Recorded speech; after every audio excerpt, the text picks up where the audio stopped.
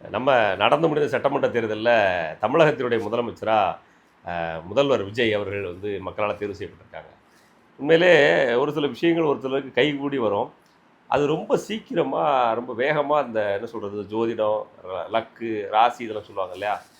அதெல்லாம் எனக்கு பெருசாக நம்பிக்கை கிடையாது. ஆனால் இந்த மாதிரி டைமிங்கில் கோஇன்சிடென்ட்னு சொல்லலாமா, இல்லை உண்மையிலேயே நடக்குதுன்னு தெரியல, சொல்லாமல் தெரியல. முதல் அட்டம்ப்ட்டுங்க, ஃபஸ்ட் அட்டம்ப்ட்லேயே முதலமைச்சர். அது கூடுதலாக என்னென்னா, இந்த எலெக்ஷன் ரிசல்ட் வர்ற அன்னைக்கு அவருடைய நெருங்கிய தோழியாக இருக்கவங்களுடைய பிறந்தநாள் கூட வருது. திரிஷா அவங்களுடைய பிறந்தநாள் பார்த்தீங்கன்னா இன்றைக்கி அந்த ரிசல்ட் வந்து அதே நாள் தான். இதில் வேடிக்கை என்னென்னா, சில பேர் கமெண்ட்டில் போடுறாங்க, அண்ணியினுடைய பிறந்தநாள் கிஃப்டாக தான் அண்ணன் வந்து முதலமைச்சர் பதவியவே கொடுத்துட்றாரு. ஸோ முதலமைச்சர் பதவியவே கிஃப்டாக வச்சுருக்கிறேன்ற மாதிரிக்க சொல்கிறாங்க. சரி, எது எப்படியோ அது அவங்க கட்சி உள்கட்சி பிரச்சனை. இப்போ இவர் வந்து பார்த்தீங்கன்னா 2 தொகுதியில் ஜெயிச்சிருக்காரு.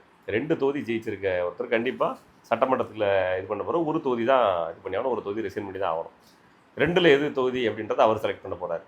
அந்த ஒரு தொகுதியில் அடுத்து நிற்க போகிறது யாராக இருக்கும் அப்படின்றது உங்களோட கருத்தில் சொல்லுங்கள். நான் என்ன நினைக்கிறேன் அப்படின்னோட கருத்தையும் சொல்கிறேன். ஒருவேளை நினைக்கலான்னா, ஸ்டாலின் அங்கிள் நீங்கள் ஆட்டத்தில் இல்லாமல் நல்லா இல்லை, இந்த ஒரு தொகுதியில் நீங்கள் நின்றுங்க, நான் டிவிக்கு நிற்கலை, நீங்கள் நின்று ஜெயிச்சுக்கோங்க, சட்டமன்றத்தில் நீங்களும் வாங்க, நம்ம 1 to 1 ஃபைட் பண்ணலாம் ஸ்டாலின் அங்கிள் அப்படின்னு சொல்லி தொகுதி அவருக்கே விட்டு கொடுக்குறதுக்கும் வாய்ப்பு இருக்குது. அப்படி நடக்கலாம். இல்லை ஒருவேளை அரசியல் ஆட்டத்தில் அண்ணன் சீமான் அவர்கள் ரொம்ப வருஷம் உழைச்சிக்கிட்டு இருக்கிறாரு, அவருக்கு ஒரு வாய்ப்பு கொடுப்போம்ப்பா, நான் அங்கே நிற்கிறேன், அங்கே சீமான் நின்னா ஒன்று ஜெயிச்சுட்டு போகிறாரு, டிவிக்கே அந்த தொகுதியில் நிற்கலப்பா அப்படின்னு கூட ஒரு வாய்ப்பை சீமானு கொடுத்து, ஏன்னா எல்லாரும் நம்பர் சொல்லலை, அண்ணனுக்கு மட்டும்தான் 0ன்னு போட்டுட்டு இருக்கல, நமக்கும் மனசு வருத்தமாக இருக்குல்ல, அதேமாதிரி அவருக்கு வருத்தமாக இருக்கும் இல்லையா அப்படின்னு நினச்சிருக்கலாம். நான் நினைக்கிறேன் அதெல்லாம் முடியாதுங்க, எங்கள் அன்னைக்கு தான் எங்கள் சீட்டு கொடுக்கணும் அப்படின்னு சொல்லிட்டு சில பேர் சொல்லலாம்.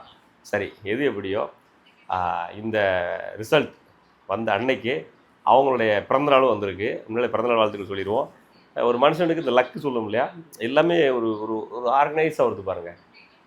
ரொம்ப சீக்கிரமாகவே எல்லாமே நல்லபடியாக நடக்கிறது ஒரு மனுஷனுக்கு வந்து.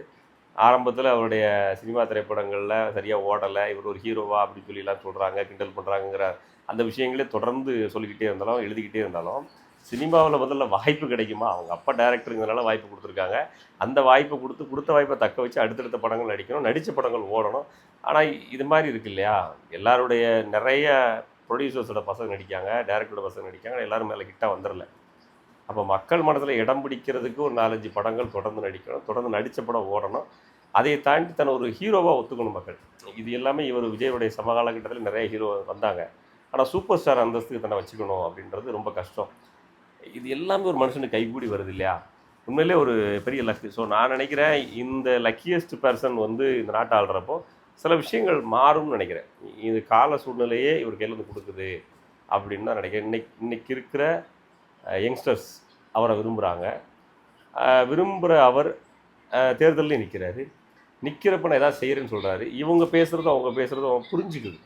இப்போ வந்து அண்ணன் சீமான் அவர்கள் பேசுகிறது நிறைய பேருக்கு புரியலை அப்படின்றாங்க. ஏன்னா அவர் இவ்வளோ சுத்த தமிழில் பேசுகிறாரு, இவ்வளோ மண், மலை, இயற்கை, மரம் வளருங்கன்னு பேசுகிறாரு, இது புரியலையான்னு கேட்டால் அதெல்லாம் ஓல்டு பாலிடிக்ஸ் ப்ரோ அப்படின்றாங்க. அப்போ இவர் பேசுகிறது இவருக்கு புரியுது. நண்பா, நண்பீஸ், தோழா, தோழீஸ் அதெல்லாம் புரியுது.